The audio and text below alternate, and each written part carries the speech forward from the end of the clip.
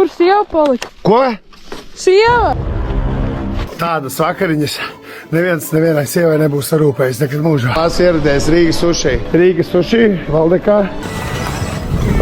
Gar Narvesenu, gar LMT.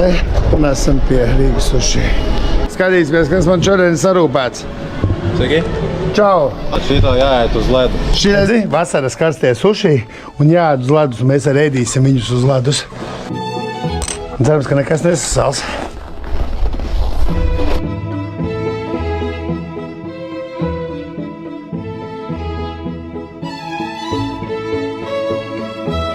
Nu tā, tad sieva ir ieradusies. Vai tev patīk pārsteigums? Protams.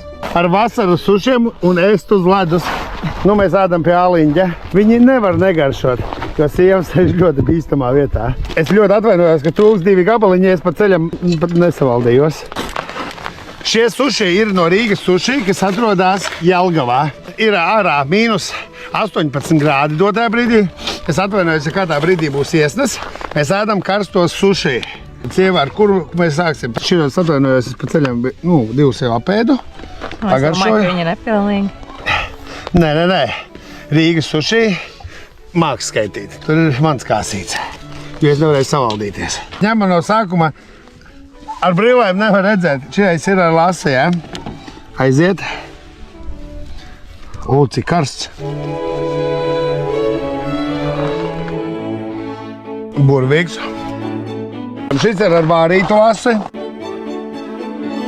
Un ja augstā laikā karstais suši atdzies, tad varu secīt viņu arī uzsildīt.